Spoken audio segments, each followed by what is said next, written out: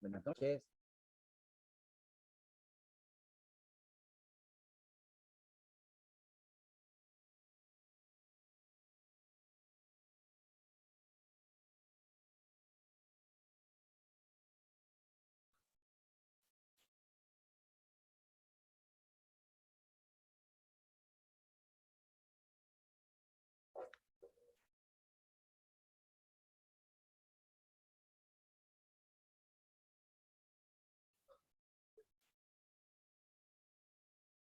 Buenas noches, ¿cómo estás, Zuli?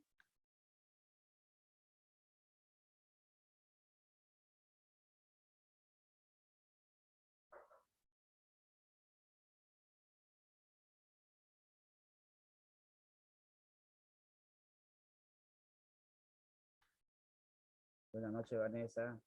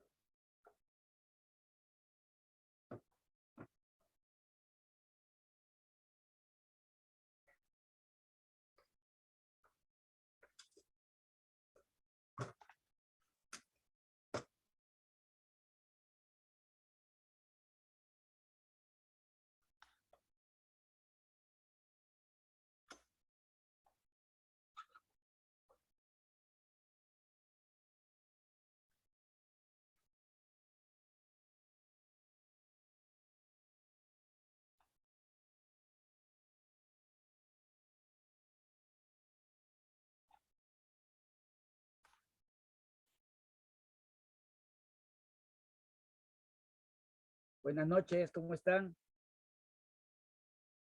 ¿Me escuchan? No, no estoy hablando, creo. ¿Me escuchan? Aló, buenas noches, ¿me escuchan?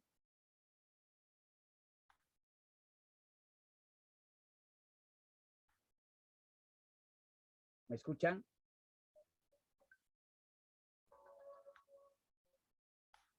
Buenas noches.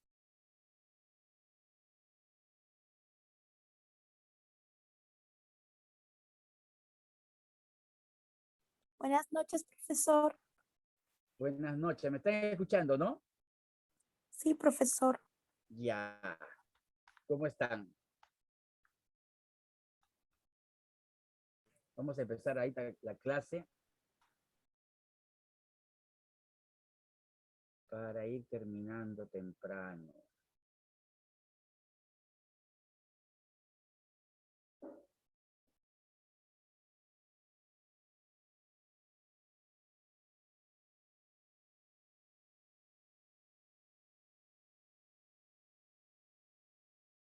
A ver, voy a retomar lo que habíamos hecho la semana pasada. cuando hablábamos de la democracia en el Perú,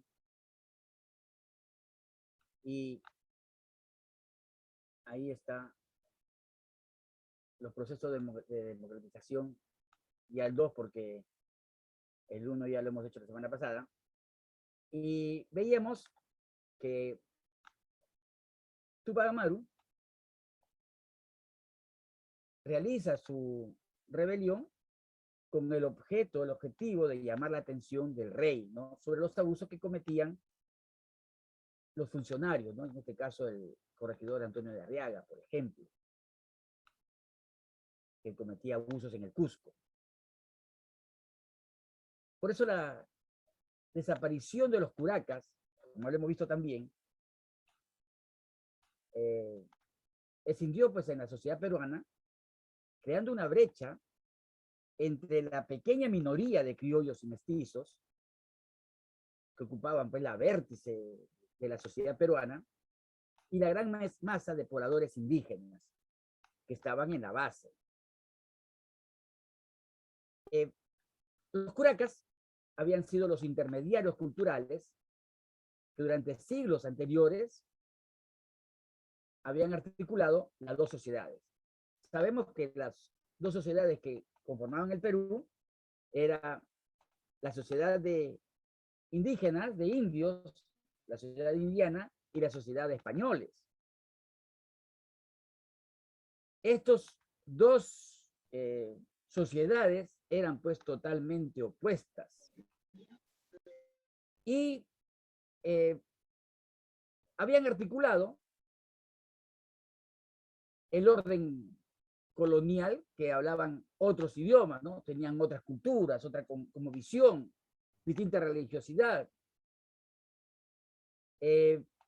Ahí teníamos el quechua, el aymara, ¿no? Otras culturas en el Perú, pues habían una interculturalidad tremenda y otra cosmovisión.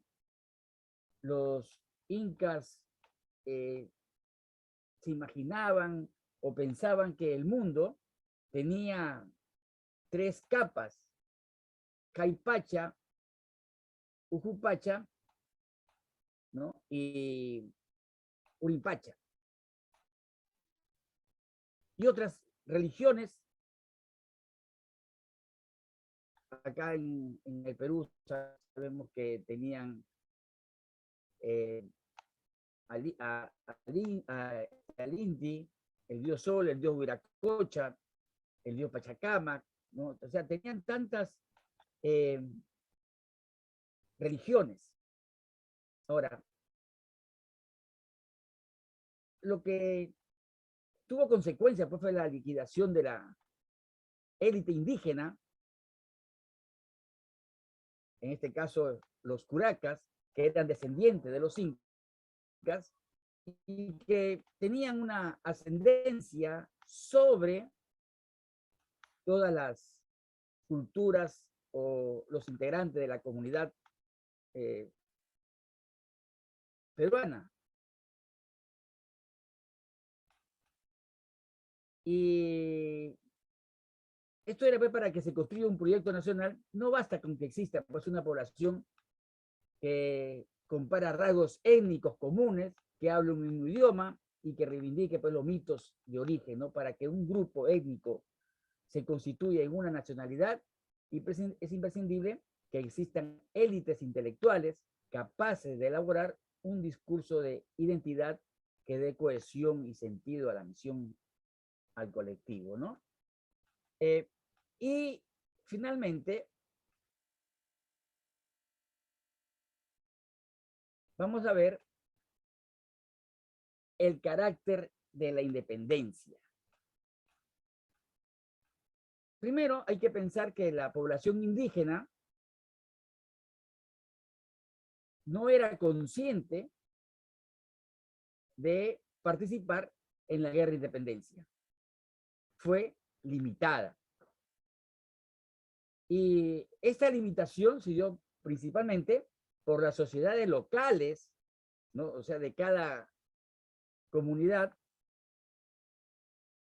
por ejemplo, la Sierra Central peruana, ¿no? Que no existía una significativa sujeción servil. Esto quiere decir que el grueso de los indígenas no participaron en la guerra de la independencia. El problema es que, como tantas otras ocasiones anteriores, desde la conquista en adelante, lo hicieron encuadrados indistintamente en uno u otro ejército. Hemos visto, por ejemplo, a Mateo García Pumacahua, ya que él primero defendía los intereses de la colonia y cuando él se da cuenta de que las injusticias que los españoles cometían, recién ha abrazado la causa de la independencia, ¿no? O sea, ellos defendían eh, sus intereses, no, lo que no eran los suyos, pues, no eran los suyos, ¿ya? También hay que pensar que no tuvo, pues, una implicancia fundamental para la historia posterior. La independencia no recogió las demandas y necesidades de las sociedades indígenas, ¿no? Vamos a ver cuál era la posición de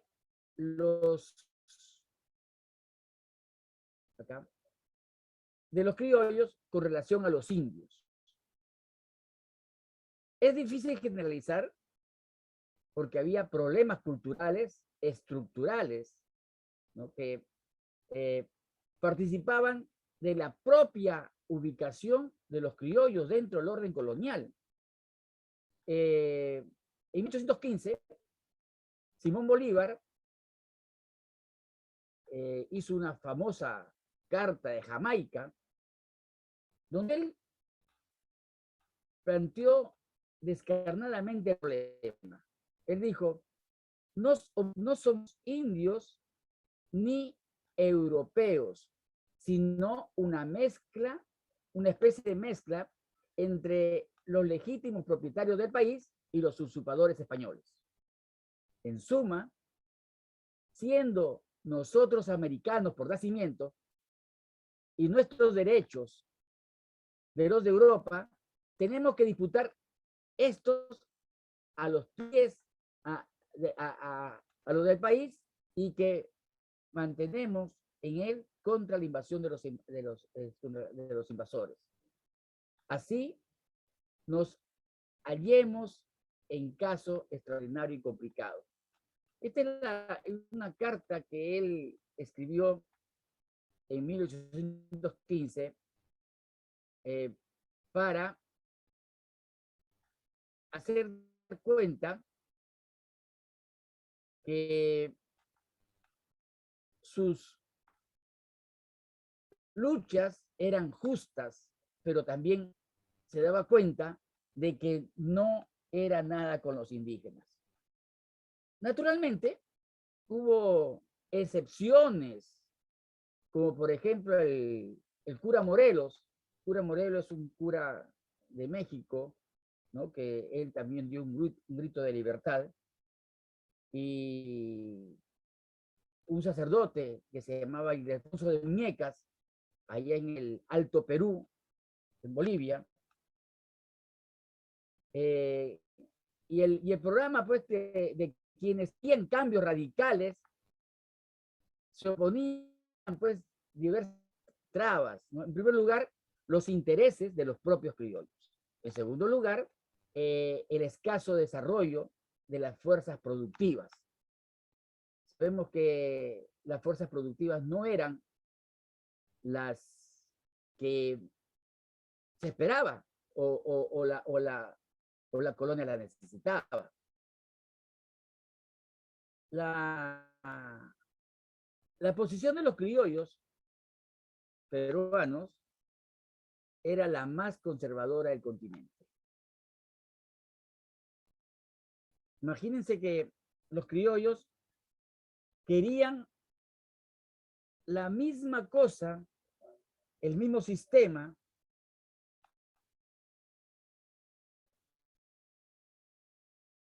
aun cuando hagan la independencia. La fuente de legitimidad que reclamaron era la misma, que involucraban a los españoles peninsulares a lo largo del periodo colonial, ¿no? Donde la ideología racista, antiindigenista, era el Perú a este motivo ideológico común a los españoles americanos, ¿no? Se le sumaba pues el gran miedo provocado por el levantamiento de Tupac Amaru, por ejemplo, ¿no? Y la convicción, por cierto, bastante fundada, de que tenían poco que ganar con la ruptura del vínculo colonial. O sea, si es que triunfaba la revolución de Tupac Amaru, otra había sido la historia de Perú. Pero sabemos lo que le pasó a Tupac Amaru, ¿no? Y la emergencia pues, de las burocracias comerciales poderosas en el litoral atlántico a lo largo del siglo XVIII significó un duro golpe para la hegemonía peruana y precipitó la crisis económica que se debatía cuando se desataron las campañas independentistas. ¿Ya? Eh,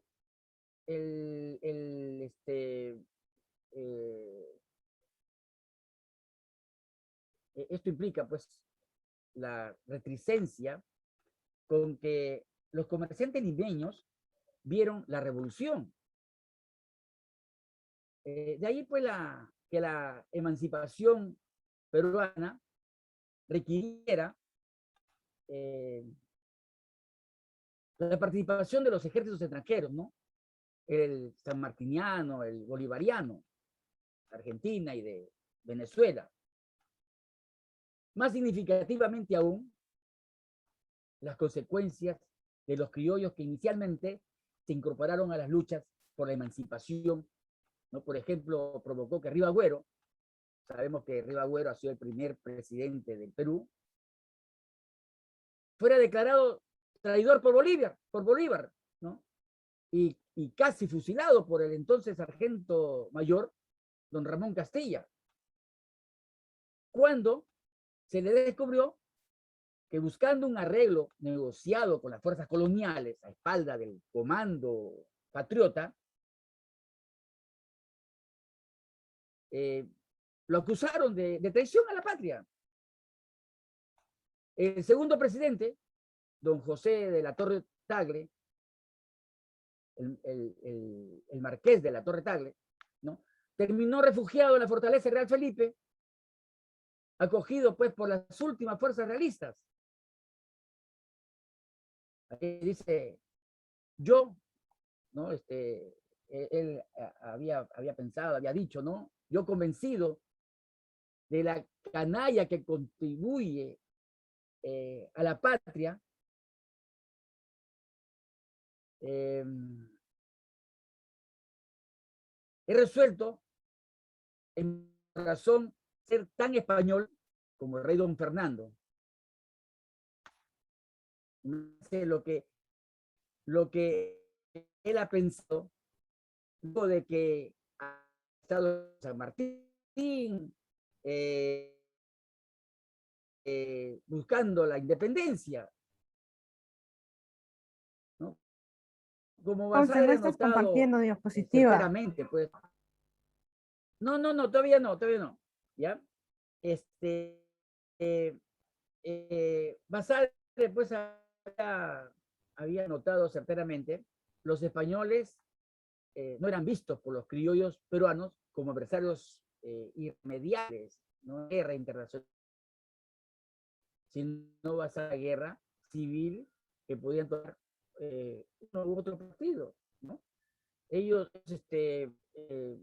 tranquilamente peleaban por los criollos o por los españoles, ¿no? O sea, por los criollos, los españoles peruanos o los españoles americanos y los españoles. O sea, esa era la posición que ellos tenían. Ahora, la independencia dirigida por los españoles era una revolución política, no era una revolución social, ¿no?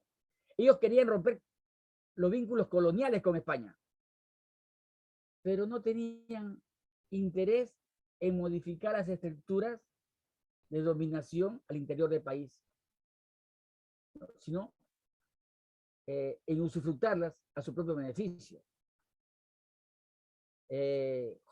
Julio Gelperín dice, los revolucionarios no se sienten rebeldes, no pues, sino herederos de un poder caído, probablemente para siempre. No hay razón alguna para que marquen disidencias frente a este patrimonio administrativo que ahora consideran suyo, ¿no? Y que tienen pues que hacer servir para sus fines. En esa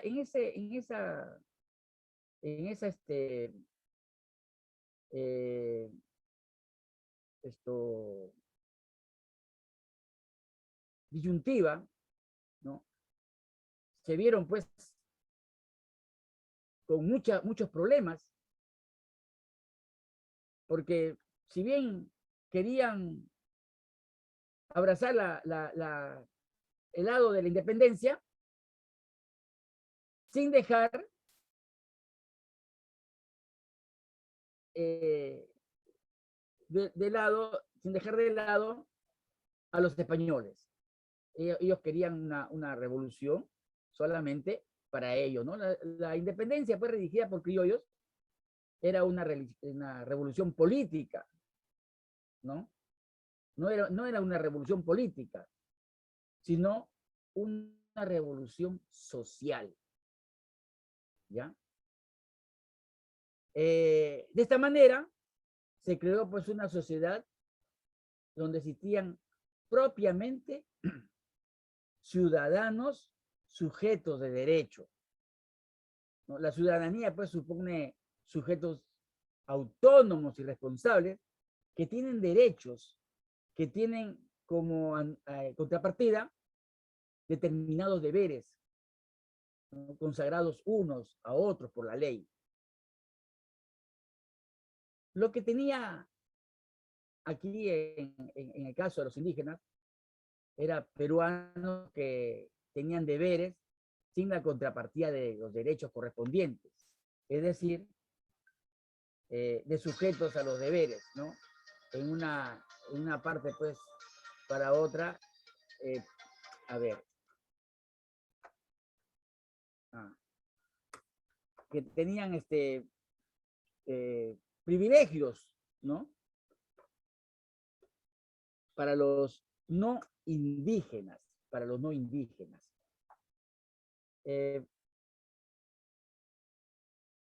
No para el común de los criollos, ¿no?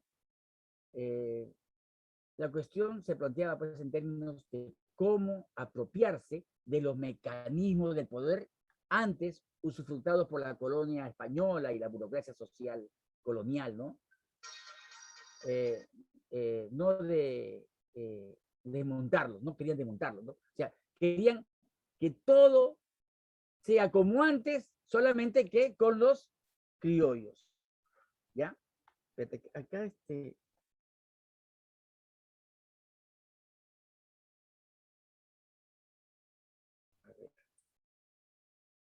se me ha...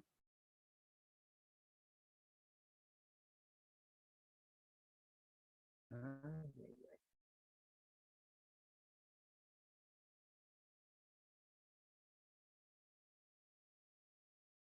No sé por qué se detenió la conexión. Vete, un ratito, ¿ya? Acá.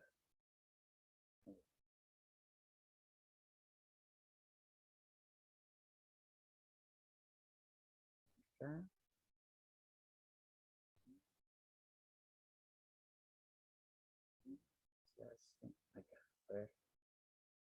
Ahí sí, ahí sí. Ya.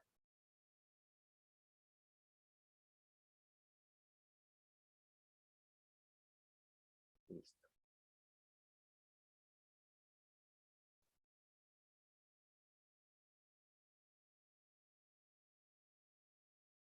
Ahora, o sea, ellos no querían hacer un, una ruptura con España. No querían que se desmontara todo lo que habían hecho acá en cuestión de estructuras. No querían, ¿no? Hacer una transferencia pues, de poder sin modificar las estructuras coloniales vigentes era pues fácil para ellos, ¿no? Una revolución política sin revolución social, ¿no? Entonces, en esta línea permanente de comportamiento de la oligarquía peruana a lo largo de la República, los diversos intentos pues, de modernizar el país se realizaron pues, después y quería mantener las estructuras coloniales de la denominación, de la dominación interna, ¿no? O sea, disfrutar de los logros que la ciencia y la tecnología podían brindar, pero sin cuestionar los caracteres estamentales, ¿no? Sobre todo en la sociedad peruana. Una sociedad que en cada uno tenía pues un lugar y era legítimo pretender pues cualquier forma de movilidad social que rompiera con las de descripción estamental, ¿no? Estamental me refiero a los estamentos que esto, tienen ahí eh, a lo largo de toda la gente que trabajaba con ellos, ¿no?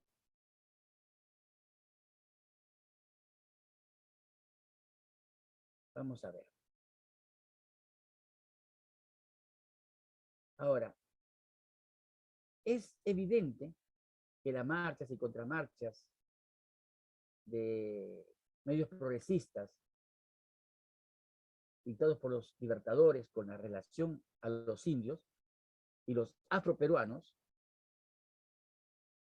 con relación a las poblaciones originarias, San Martín decidió que para destruir el irradiante sentido que los españoles daban, le daban la voz a los indios, en adelante se le llamaría peruanos, ¿no? Proclamó asimismo que la abolición del tributo de los servicios personales que estaban sujetos a los indios.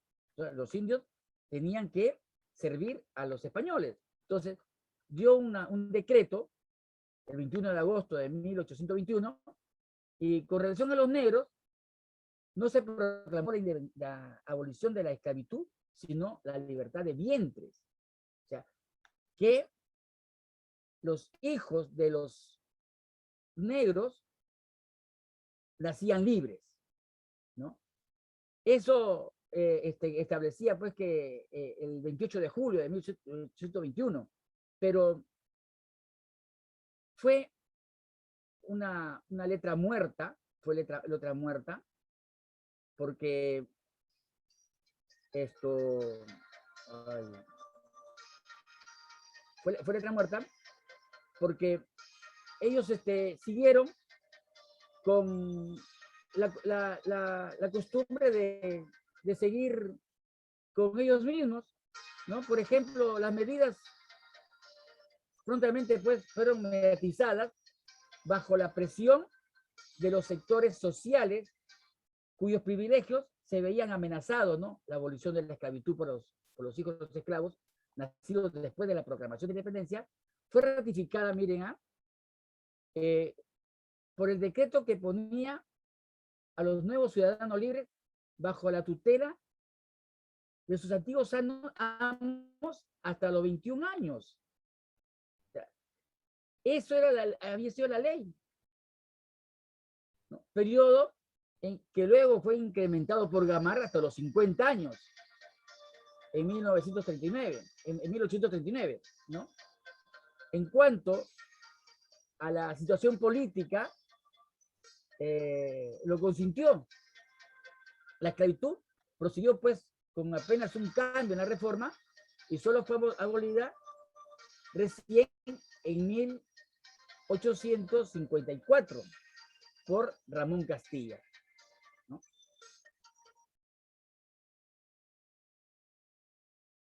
Ahora, el proyecto bolivariano de Simón Bolívar debió, pues, afrontar tensiones semejantes. Bolívar, consecuentemente, con su ideario democrático liberal, proclamado en 1825, luego la emancipación lograda por los campos de Junín y Ayacucho, la supresión de los servicios personales a los indios, la abolición del curacazgo y la distribución de las tierras de las comunidades entre los indígenas,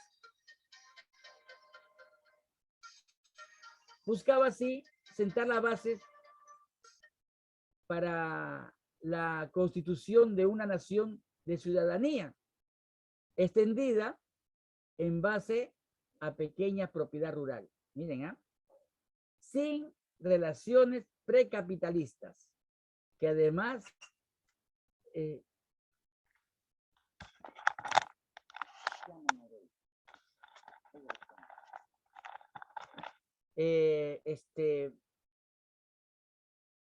que además de perpetuar el carácter instrumental de la sociedad peruana, ¿no?, frenaban el desarrollo de las fuerzas productivas.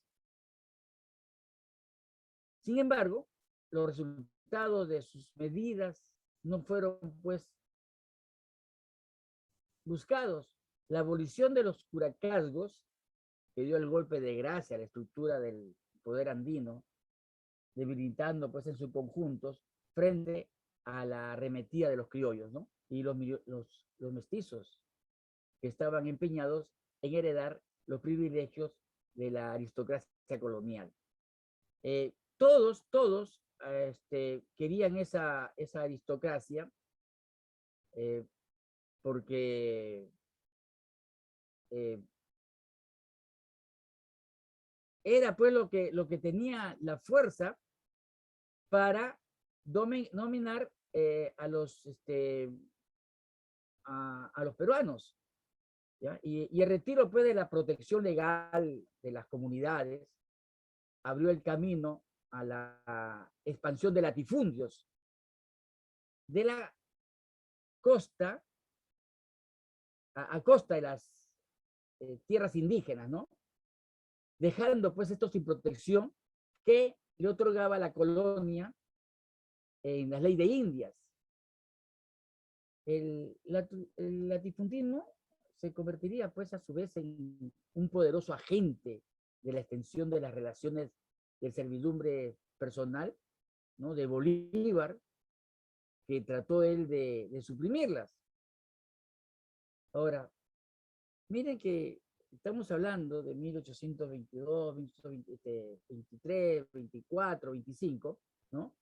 Y transcurriría, pues, un siglo antes de que el Estado volviera a otorgar el reconocimiento legal a las comunidades. Por eso la abolición, pues, de la servidumbre indígena fue letra muerta. En gran parte, gracias al debilitamiento, pues, de las estructuras internas de resistencia de las poblaciones originarias. Ellos hicieron todo lo posible porque las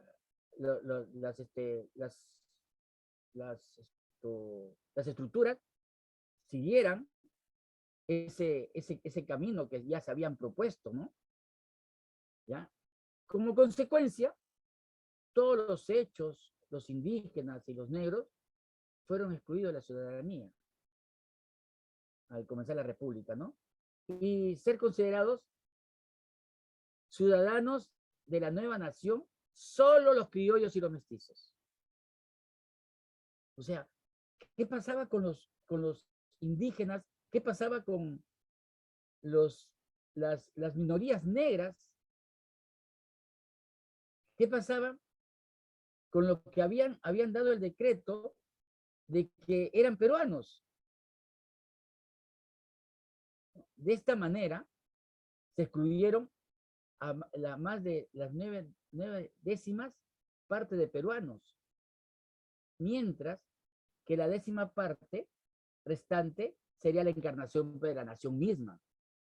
O sea, esa vez se formó una república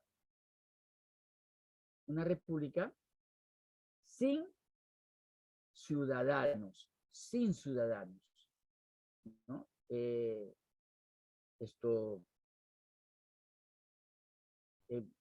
los ciudadanos pues habían quedado, los peruanos habían quedado lógicamente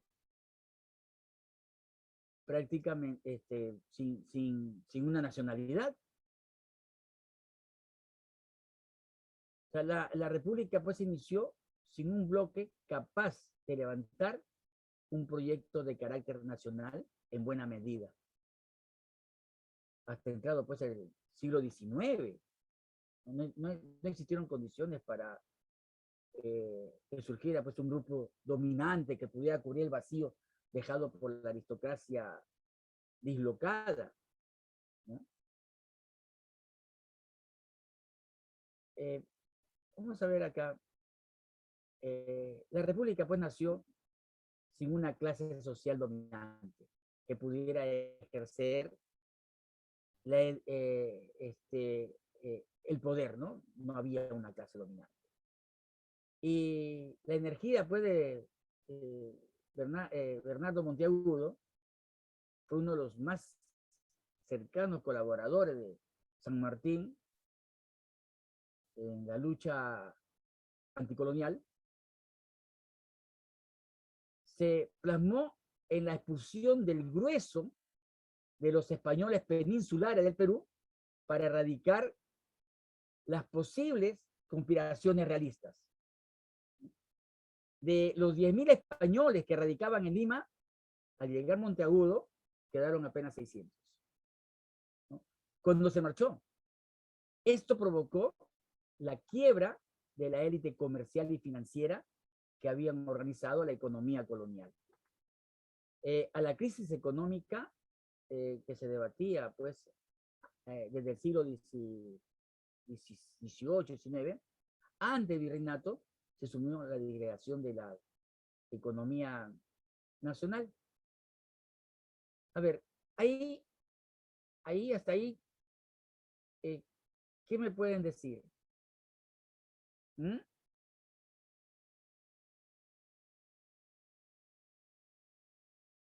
¿Ah? ¿Qué me pueden decir?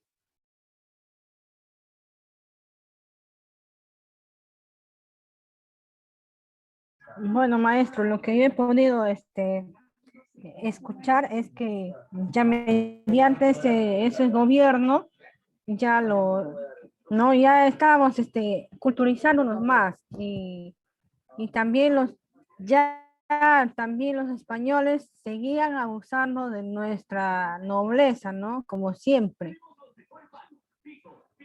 Ya. No, pero lo peor es que ellos habían hecho una república de peruanos nada más, pero a la larga ellos seguían teniendo los marginados a los indígenas seguían peruanos, gobernándonos. claro, a los africanos, ¿no? Que querían que ellos sigan pagando los impuestos, sigan trabajando para ellos, sigan siendo doblegados a trabajos serviles. Y eso estaba pues sumamente mal, ¿no? ¿Qué más le pueden, me pueden decir con eso?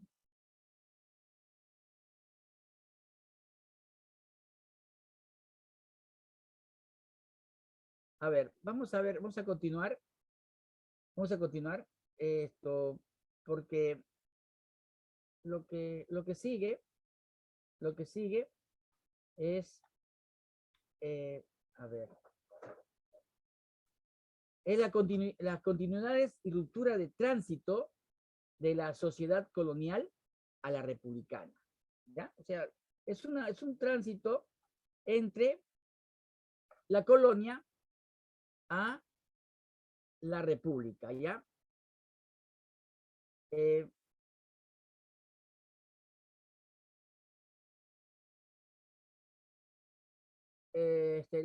Las continuidades, pues, en la condición de poblaciones originarias, al fundarse la república, pesaron decisivamente, ¿no?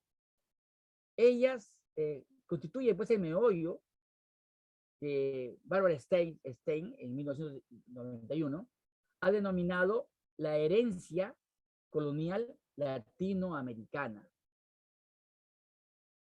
La primera continuidad fue el restablecimiento del cobro de tributos indígenas a la colonia. En el Perú fue abolido por el régimen de San Martín el 27 de agosto de 1821 y restaurado en agosto de 1926. Imagínense que solamente duró, pues, casi 5 años, ¿no? Con el nombre de contribución personal. Hacia fines, pues, de la década del 20, su peso equivalía a la 8ª parte del presupuesto nacional, pero la primera mitad de la década del 40 constituía ya la 3ª parte de los ingresos del Estado. Si se dan cuenta, estas continuidades, ¿no?, que hemos visto acá, que hemos visto cómo el régimen de San Martín y de 1826 estaba la mar, ¿no? Han hecho lo que han querido con los peruanos, ¿no?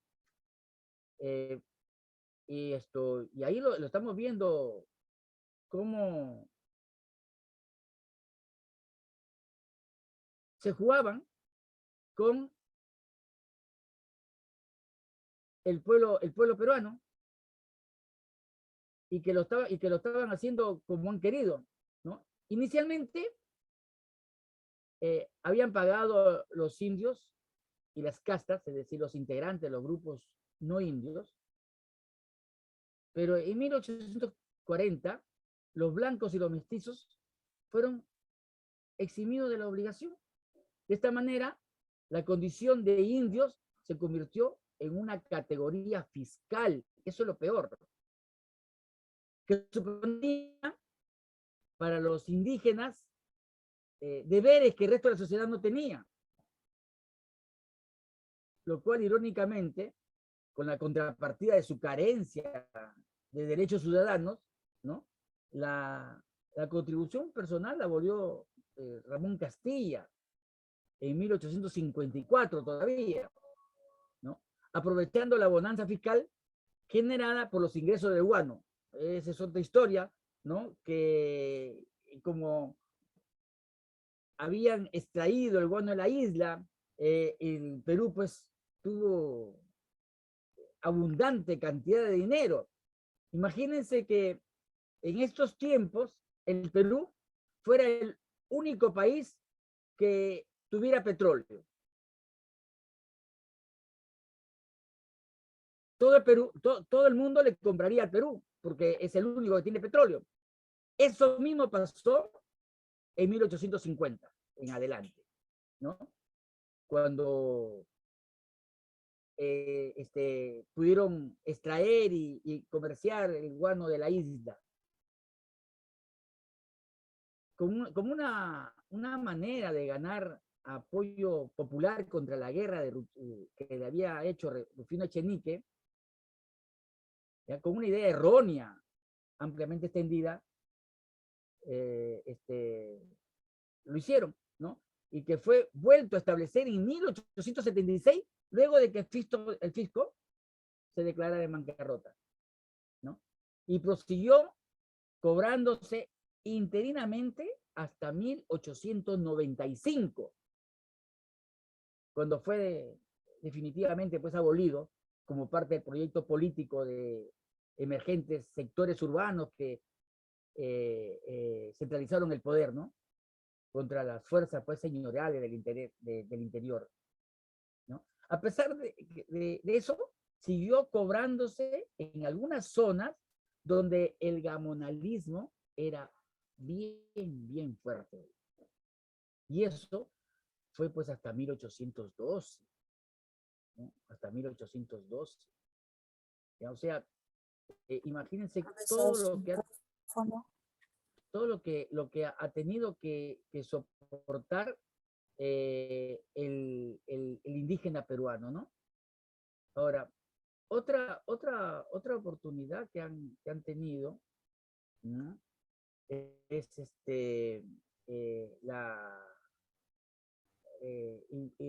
la importante pues, continuidad de la condición social de los indios con relación al orden colonial. Se expresó pues con la persistencia de la utilización gratuita de la fuerza de trabajo indígena. O sea, ellos seguían insistiendo en la fuerza de trabajo indígena.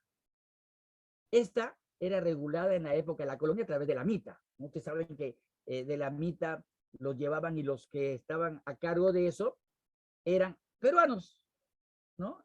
Los curacas, por ejemplo, que fue abolida por San Martín y Bolívar. Pero, sin embargo, el servicio gratuito indígena volvió a ser restablecido mediante distintas modalidades en los países andinos, en cuanto se reafirmó la república, ¿no?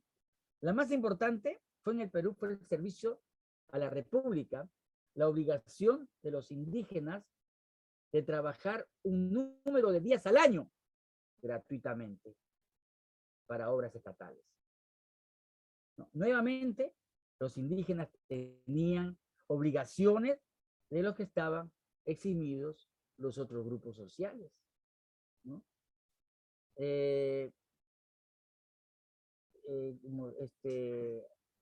Además, el Estado central era muy débil y con frecuencia, pues, ese trabajo fue usufructuando para los grupos señoriales del interior en su propio beneficio.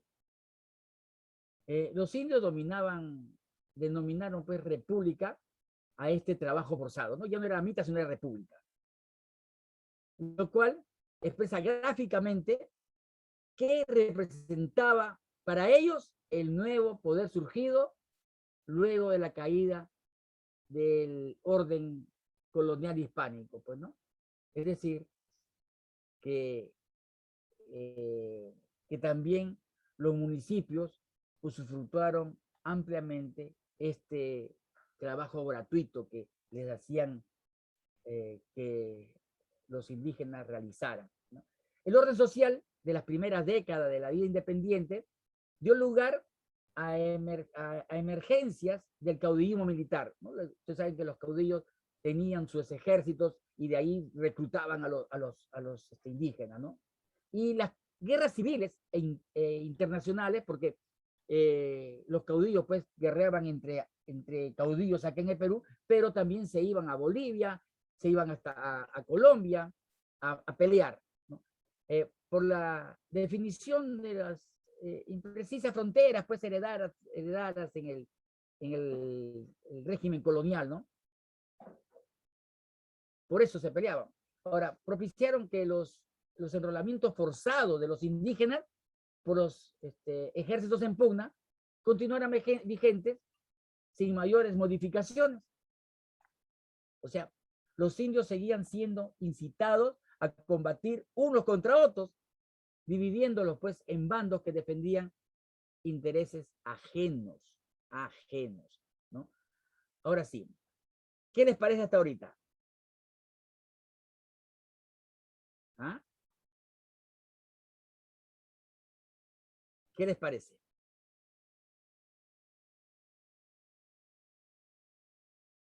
A ver, Rocío, a ver, Gironda.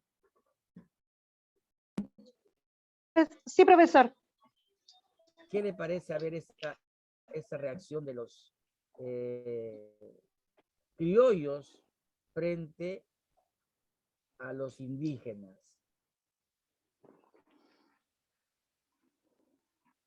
A ver, profesor, un favor, ¿me podría repetir la pregunta? ¿Ya? ¿Qué le parece las reacciones esas que tuvieron los criollos, ¿no? Los caudillos, eh, los que habían ganado la independencia y que ellos se creían pues con toda la autoridad de ser los presidentes del Perú, pero daban leyes que seguían marginando a los indígenas peruanos? No.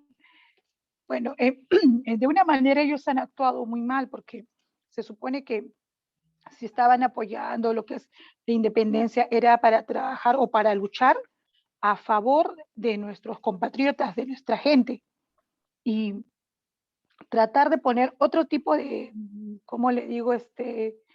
De lo que usted dice, que ellos se creían que era mucho más por haber, perdón, por haber participado en lo que es la independencia del Perú y hacer menos a nuestra gente, o sea, no, que no está bien, ¿no? Ellos debían al contrario colaborar y quizás poner un poco más de apoyo, quizás darles un poco más de beneficios para todos, porque al final somos, todos somos compatriotas, todos somos peruanos y luchábamos por una misma causa, pensábamos igual. Y el hecho de que ellos quisieran hacer por haber participado, o sea, más que nosotros o en ese tiempo más que nuestra gente indígena, no, pues no me parece, profesor. A ver, pero la marginación, la discriminación, viene desde esa época porque a los indígenas peruanos no los consideraban para nada, solamente los obligaban a hacer trabajos, a pagar impuestos, a, a combatir la guerra que ellos mismos las propiciaban para, eh, eh, por alguna manera, justificar su ejército, ¿no? Y eso era lo que estaba todo el tiempo haciendo lo mismo, ¿no?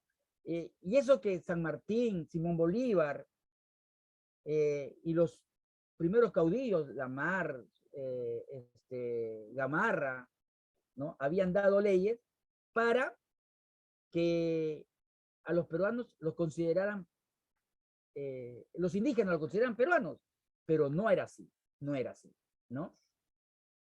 Vamos a ver qué es lo que vamos a continuar ahorita, porque vamos a ver. Ahora, la última continuidad, que no era menos importante, fue el papel central de la iglesia, ¿ya?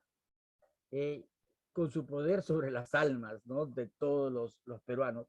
Esto es un dolor que siento porque la iglesia pues, fue una clave o una pieza importante en la invasión al Perú y en la marginación, ¿no? La base de su poder material no era solo el ascendiente espiritual, ¿no? Sino las grandes propiedades innumerables que poseía, fruto de las donaciones, ¿ya? Los bienes de manos muertas. ¿Qué cosa era eso? Que cuando una persona dejaba de existir, toda su propiedad pasaba a la iglesia, ¿ya? O si no, cobraban los impuestos, los diezmos, que a toda persona tenía que darle el diezmo a la iglesia, ¿no? Los censos y capellanías que constituían una esencia de impuestos forzados sobre la producción agropecuaria, ¿no? Que se mantuvieron vigentes hasta mediados del siglo XIX. Y nuevamente eran los indios los mayores afectados. Los archivos parroquiales del interior guardan una cantidad tremenda de oficios cursados por los párrocos a las autoridades políticas solicitando el apoyo de la fuerza pública para obligar a los indios a cumplir sus obligaciones económicas.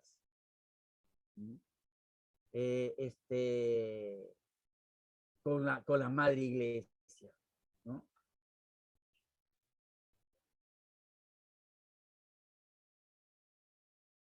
La iglesia, pues, junto con el ejército, eran una de las pocas instituciones de carácter efectivamente nacional,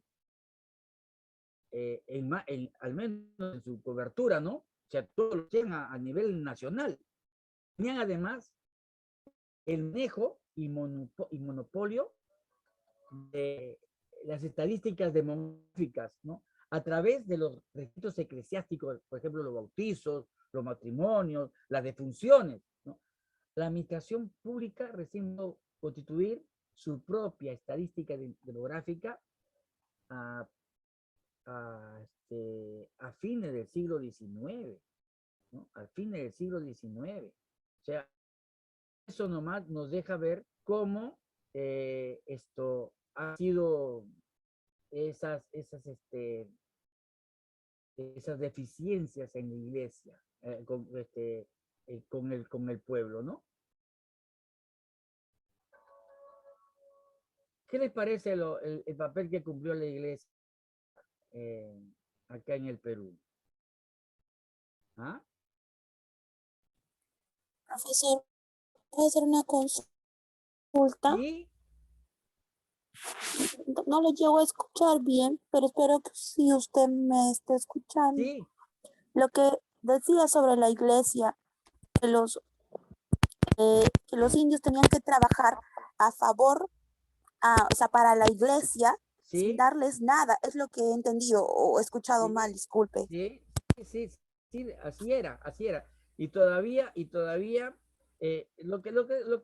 por ejemplo, el papel que cumplía la iglesia era un registro demográfico de todas las personas que existían en el Perú.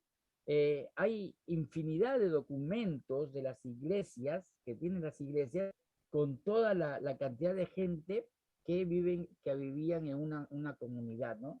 Y eso lo hacían como un censo a nivel nacional. La iglesia cobraba por los bautizos, por los matrimonios, las defunciones, las primeras comuniones, por catequizarlos, y les cobraban el 10%, ¿no? De las ganancias que ellos tenían. A todo, ¿no? Pero principalmente a los indígenas peruanos. ¿Ya?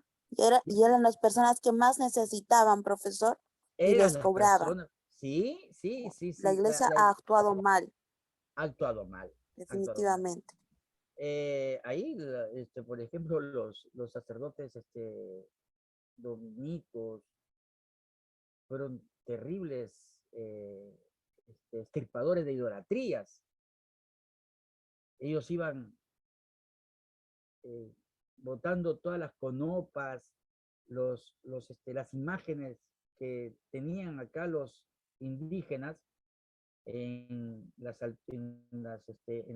huacas, ¿no? Las huacas son como oráculos, ¿no? Que eran sus templos, y ahí todo lo han destruido, ¿no? Esos extirpadores de la trían eran terribles.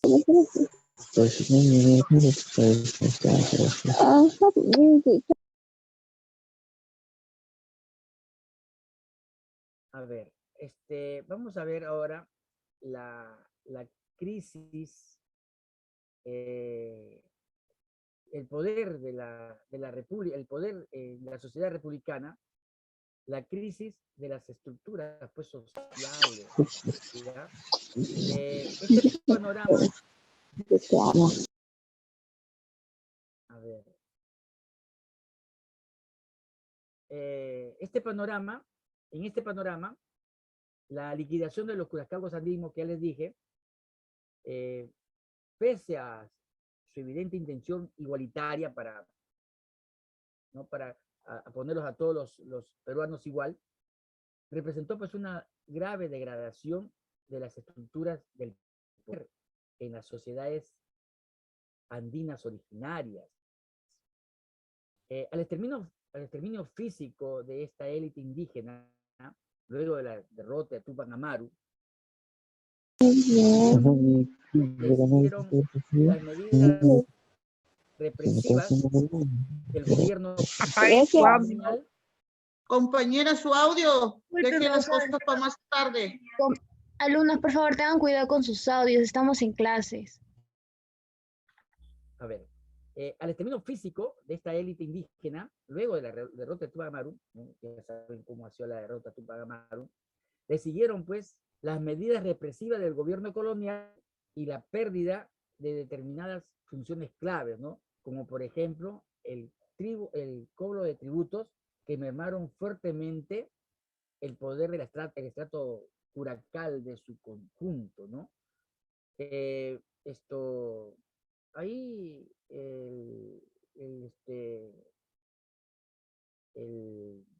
el poder que tenían los curacas, ya, los curacas, que era pues fuerte, ¿no? Y se extiende pues, se entiende que en estas circunstancias la abolición del curacazgo decretada por Bolívar representa en el Perú un golpe de gracia para el estrato, ¿no? Sancionando pues su desaparición y creándose así la situación que ha llevado a que en adelante la condición social de indio terminara siendo equiparable a pobre, ¿ya? Si en el Perú todos los pobres son indios, miren, si en el Perú todos los pobres son indios, por definición, todos los indios son pobres, ¿no? Y la insignificancia económica facilitó pues la degradación del peso político de los excluidos. En Bolivia no se acataron los decretos bolivarianos que permitió la subsistencia pues, del estrato de curaca, ¿no? Del curacazgo, en las comunidades originarias, permitiéndoles pues, mejores condiciones para soportar la arremetida pues, terrateniente, ¿ya? En el Perú sí, las estructuras del curacazgo fue reemplazado por una institución colonial, ¿ya? Los alcaldes de los indios, ¿ya? De la que ha llevado a la elevación pues, de la estructura hasta hoy vigente de los alcaldes de Barayoc, ¿no? Barayoc es el que lleva, el que porta, el que lleva la vara, ¿no? En quechua, Barayoc. Este tránsito se realizó pues de primera manera en unos casos con los antiguos caciques, ¿no? Convirtiéndose en la nueva función en la que a través del nombramiento de los alcaldes por la burocracia colonial, afirmándose que durante la República la elección de los mismos por la comunidad, no sé, como hacen ahora, lo eligen la comunidad elige pues al alcalde, ¿no? Son tradiciones que hemos heredado de la época de la colonia, ¿ya? La condición, pues, perdón, la condición social del alcalde no es equiparable, pues, al antiguo curaca, ¿ya? Esto se basaba, pues, en su legitimidad por su linaje noble, o sea, él tenía el derecho de ser el alcalde, no el curaca, ¿ya? Siendo, pues, un cargo hereditario. Los alcaldes de los indios no contaban con esta fuente de reconocimiento y se vieron obligados a buscar nuevas fuentes de legitimidad. Miren, como por ejemplo, asumir el rol de los sacerdotes de los cultos ancestrales, ¿no? Hechiceros para los párrocos, encargados de perseguir a los cultos, ¿no? O sea, los estipadores de idolatría que les dije. ¿Ya? A finales del siglo XVIII, o a buscar la legitimidad pues, en el reconocimiento externo del aparato como tal, ¿no? Luego de la independencia, esto tenía pues un alto costo. Las comunidades no tenían pues, la existencia legal reconocida, ¿ya?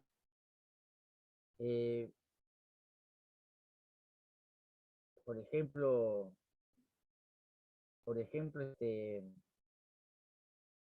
¿cómo se llama?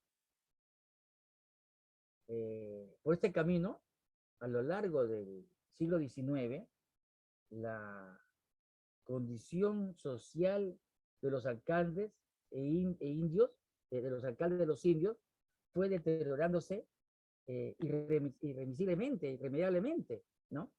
Posiblemente el hecho de que los movimientos étnicos sean muy débiles en el Perú, en comparación con Bolivia, por ejemplo, y Ecuador, donde los movimientos indigenistas son fuerzas políticas de primer orden, ¿no? Vemos cómo en Bolivia los aymara pues se ponen de pie y le hacen caso, ¿no? Se debe a otra parte de los países, por ejemplo, se mantuvo la protección legal de las comunidades y no se abolieron los curacazgos con independencia, lo cual permitió a las poblaciones originarias retener mayores cuotas de poder y así construir las élites indígenas que a finales del siglo XX construyeron pues los discursos étnicos de identidad, ¿no?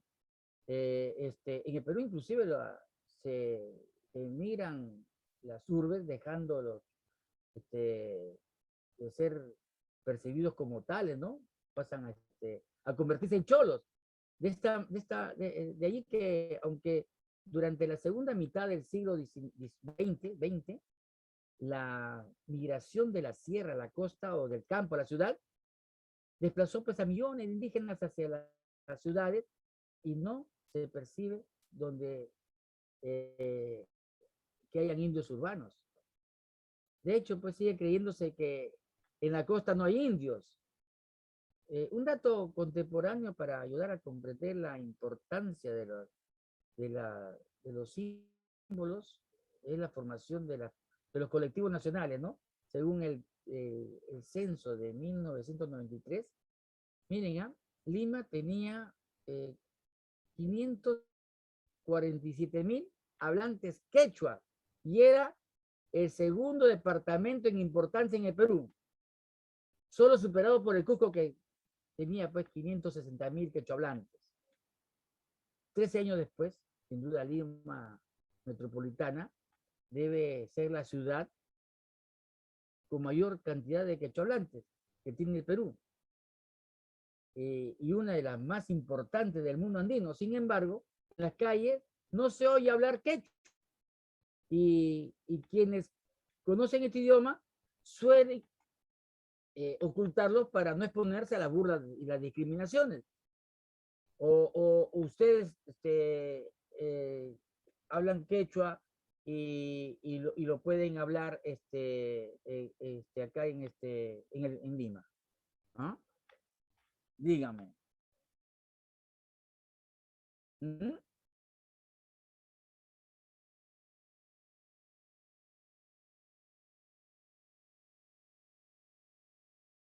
¿Pueden hablar?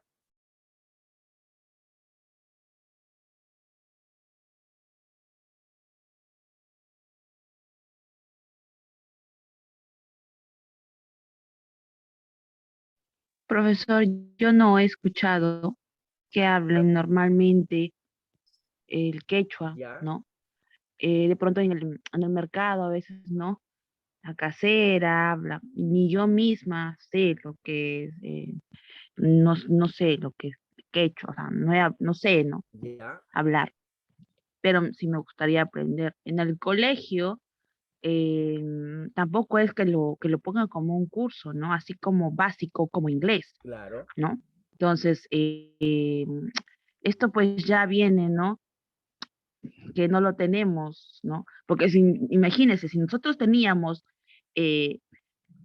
personas que hablaban bastante hace tiempo y nosotros no hablamos, es porque ya lo estamos perdiendo, ¿no? Lo estamos perdiendo y debería ponerse como un curso importante en los colegios, lo cual no es, ¿no? Sí, pues. ¿No? Lo bueno, profesor, también que ahora para los concursos de docentes también se está ya pidiendo, ¿no? El idioma del quechua. No, pero ese es para lo que van a hacer a las comunidades indígenas, ¿no? Y generalmente... Claro. Pero no Pero ya es por algo se ha comenzado, profesor, porque peor antes ni siquiera, o sea, por ejemplo, los profesores que tenían que ir a las comunidades indígenas ni siquiera sabían ese idioma, ¿no? Y peor ahora, como dice la compañera, el quechua debería de ser un curso fundamental de llevarlo en las instituciones, porque es algo que ha sido propio de nosotros, ¿no? Y en sí hay muchos más otros lenguajes, como el aymara también. Profesor, disculpe. Sí. Yo soy de Tacna y aquí en Tacna hay muchos migrantes que vienen generalmente de Puno, de Ilave, y ellos sí manejan lo que es mucho el quechua, pero Sí. como siempre existe la discriminación, porque cuando, por ejemplo, salen a la calle o en los mercados, en las ferias, a los días lunes y martes hacen la feria boliviana, que igual viene gente de Bolivia, de como le digo, de Puno, Hablan de aymara.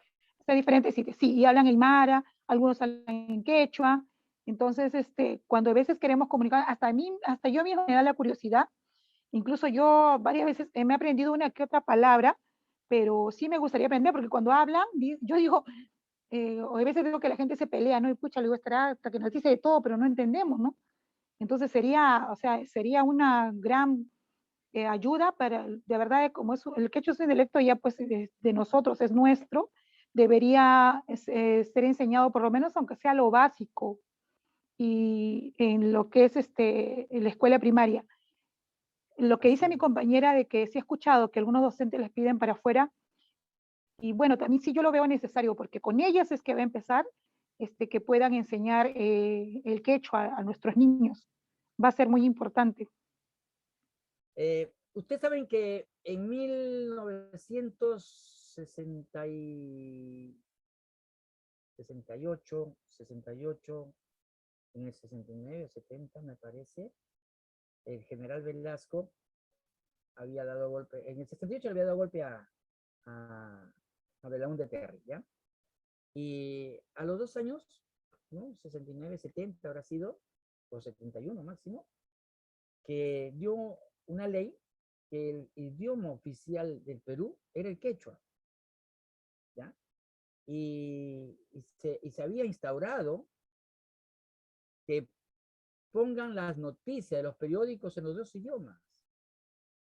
Ustedes ven los periódicos de ese tiempo y tenían el doble idioma, pero llegó Morales Bermúdez, yo traía Belaúnde, y ya quedó como letra muerta, como todas las leyes que se dan en el Perú, pues, ¿no? ¿Ya?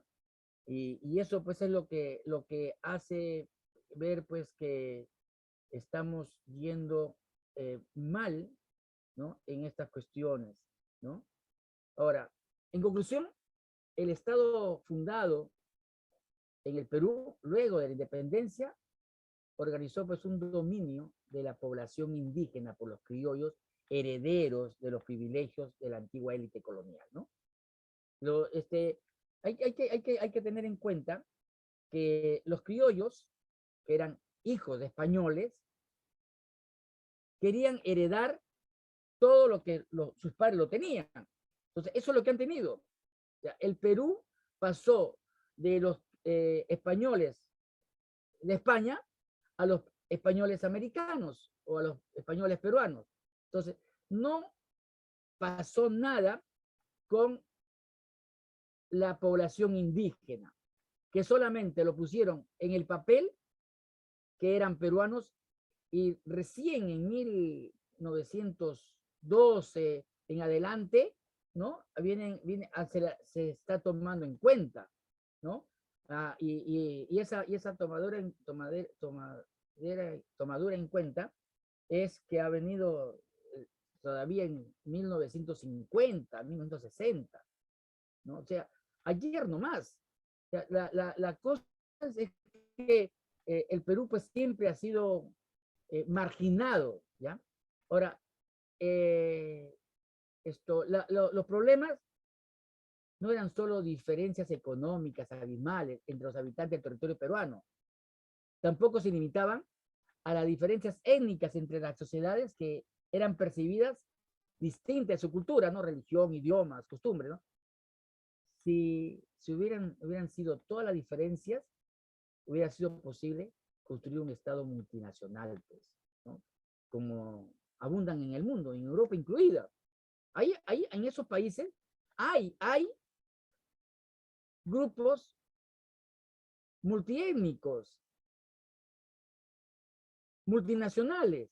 Entonces, esta alternativa estuvo excluida desde los inicios del racismo colonial, ¿no? Que justificaba la dominación de la nueva élite republicana. O sea, todo lo que había pasado en el Perú con la independencia no se logró nada. El racismo supone algo más profundo que las discriminaciones étnicas, pues. Su esencia es la negación de la humanidad del otro, que es considerado biológicamente inferior por la naturaleza. Si la inferioridad étnica de los indígenas, de la que obviamente también estaban convencidos los criollos, podía ser superada a través de los programas de integración del indio en la nación, recurrente propuestos durante los últimos siglos, ¿ya? Los dos últimos siglos, no por las élites progresistas del Perú. La inferioridad biológica de los indios, considerada pues inmutable, está basada por las leyes naturales. Solo tenía dos soluciones posibles a lo largo, en el largo plazo, ¿no? Como el exterminio físico de los indios, ¿no? Como hizo hacer Alberto Fujimori, con la esterilización de las indias, ¿no?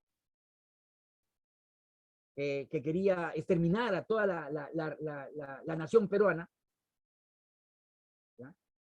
Si es que la gente no hubiera reclamado eso, ¿no? Ya ahorita ya quedarían solamente ancianas, ¿no? Ya no habría gente del Perú, ¿no? Como se ha hecho en varios países de América, a los de la élite peruana, enviaba pues a lo largo de la regeneración biológica natural a través de la mezcla racial, con ejemplo de la raza superior blanca.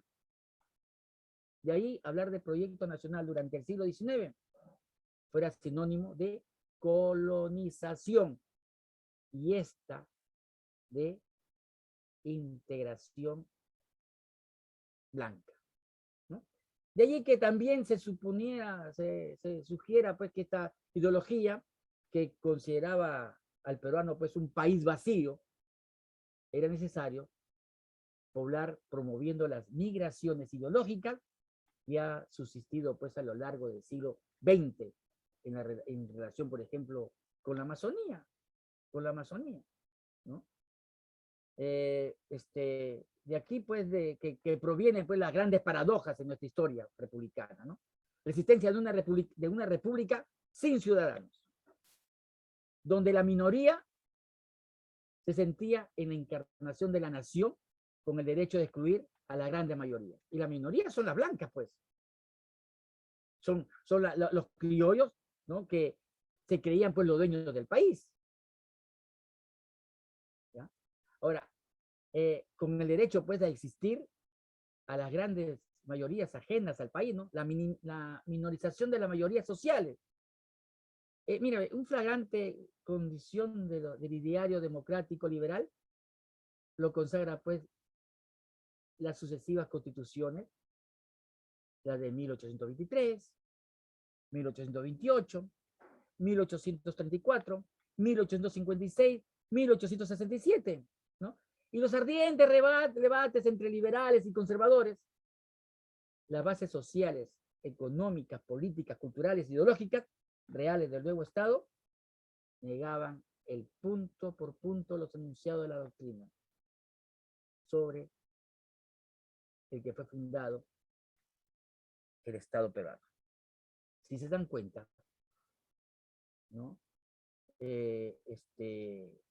Estamos pues ante una situación, ¿no? Tremenda. A diferencia de Europa, por ejemplo, ¿no? En la que inspiraron pues los nuevos ideólogos republicanos, ¿no? Donde la fundación del Estado estuvo precedida por la creación de las naciones. En el Perú se fundó el Estado allí donde no había nación. Se sentaron la base de ese desencuentro que no ha podido superarse hasta ahora, a pesar de los cambios vividos en los últimos 180 años entre el Estado y la sociedad. Pero las continuidades pues, no se limitaron a la restauración de las estructuras de la dominación de carácter colonial. Aún más importante fue la existencia de un sujeto social que se encargaba de este dominio. ¿Los criollos o los españoles americanos? Que son lo mismo.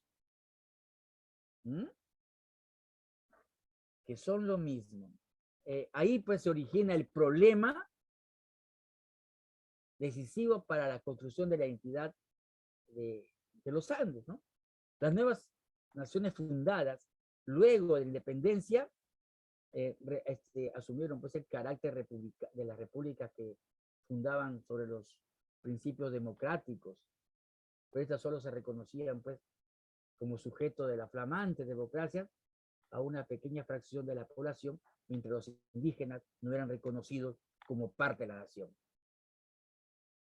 A lo más se le reconocía pues la condición de peruanos en potencia, en cuanto pudieran ser redimidos para incorporarlos a la nación. La incorporación del indio a la nacionalidad es una tarea que una y otra vez se planteó en la agenda política durante el siguiente siglo. Hasta ahorita. No podemos levantar la cara, no podemos levantar los ojos, seguimos siendo un país que estamos a expensas de lo que hagan las minorías, que son las élites políticas, sociales, religiosas, ¿no?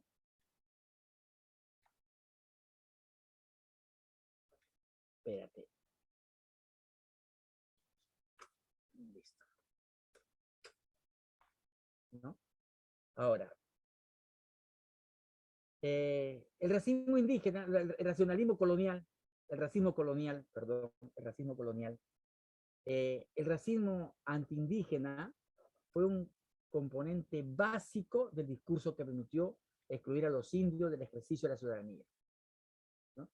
El racismo es una ideología pues, que cumple las funciones decisivas de la legitimación de las exclusiones, pues naturaliza las desigualdades sociales, consagrando un orden que cada uno tiene lugar inmutable, en tanto que esto no aparece fundado en las diferencias de origen social, sino anclado en las innumerables naturalezas. ¿Es irrelevante que las razas existan o no? No son las razas las que crean los racismos, sino al revés. El racismo construye las razas. No hay razas. La raza es solamente la raza humana. Basta que una fracción significativa de la población crea que las razas existen para esta convicción, establecida en la intersubjetividad de la vida social y que tengan profundas implicancias en la realidad. ¿Se dan cuenta?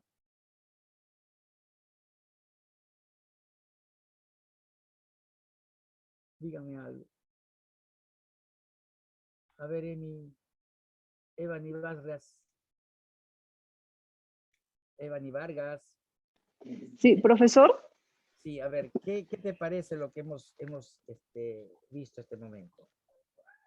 Lo que pasa, profesor, que en el Perú existen diferentes realidades, tanto en el ámbito, digamos, social, y también se ha visto también y se viene dando, ¿no? Desde las culturas, tal vez el ámbito económico. Entonces, siempre creo que va a haber una carencia, y más aún ahora, ¿no, profesor? Con esto se está viendo ahora también en las elecciones, ¿no? Las diferencias que hay entre, ¿cómo le puedo llamar?